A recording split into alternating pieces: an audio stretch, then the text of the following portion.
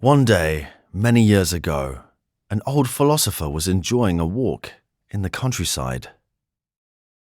He met a traveler who was walking the other way. "Good afternoon," the traveler said.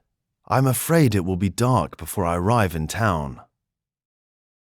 Could you tell me how soon I will get there?" "Go," the old man replied. "Yes, I know I must go," said the traveler, a little confused. "But I want you to tell me how soon I will get to town." "Go," said the old man again, impatiently. "This man has lost his mind," thought the traveler, and he walked on.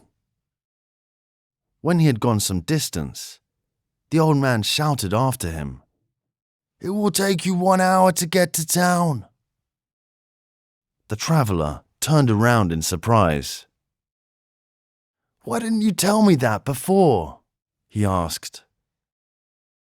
"How could I tell you before?"